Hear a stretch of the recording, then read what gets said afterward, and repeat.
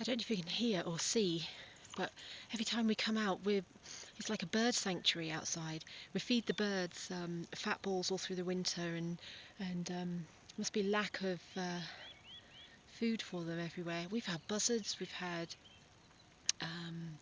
magpies, woodpeckers, tits, um, all sorts, loads of different birds, but there's more and more. Especially, I've never seen so many birds here.